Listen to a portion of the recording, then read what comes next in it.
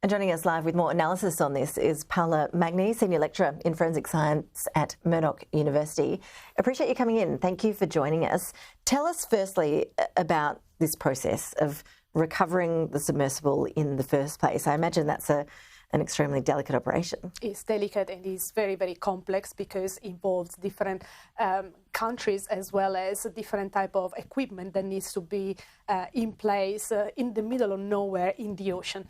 A deep dive, a deep investigation in the blue is very complex because it requires aircraft, vessels, remotely operated vehicles, and we actually don't know where the debris is. So first of all is a search and then possibly a recover investigation. And in terms of when they're looking for the cause of the implosion, what will the scientists be focusing on?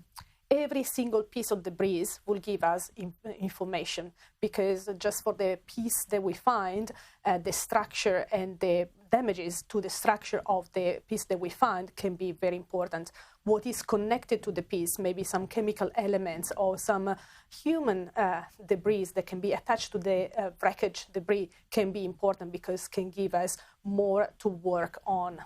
And when we talk about those remains, and obviously this is a pretty grim topic, but when you look at those remains, how much will we be able to tell about their final few moments? That's what's really captivated the entire world in recent days. It's a very sad situation. Hopefully what is said from the media that is an implosion means that everything happened very fast. What we can find, it all depends how the implosion happened, if it's something that happened in the main part of the vessel or just in the front or the back, and the positioning of the bodies inside of the vessel can give us some hope to find something, and depending on what we find, give us information.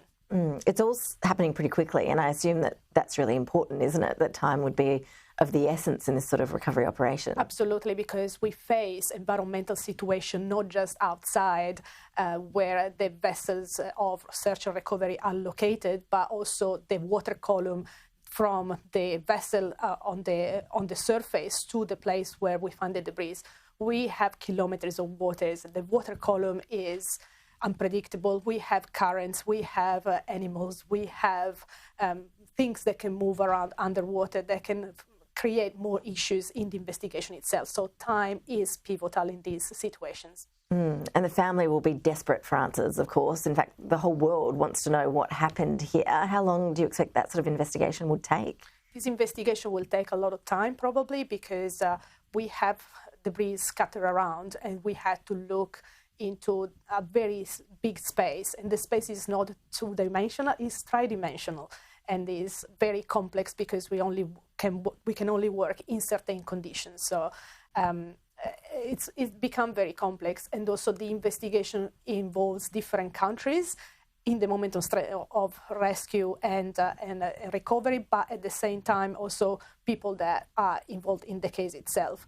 So we'll take the time, and also for the news to come to an end, because they had to be very careful on what is released, and because that can affect different operation for the future. And in terms of the recovery operation, it sounds pretty expensive as well. You mentioned that several countries really have an interest in this. Who actually puts the bill? Just arriving to the place where we had to do the investigation has a cost, and the vessels that are going there, the aircraft that are going there, the remotely operated vehicles that are there, they have a cost, and the experts working on this pretty much 24/7 come with a cost.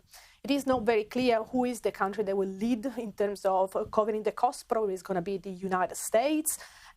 They cannot be supported by privates, and they cannot be supported by even the company that was the vessel owner, because there would be a biased investigation. So that has to be citizen, unfortunately, tax-paying operation.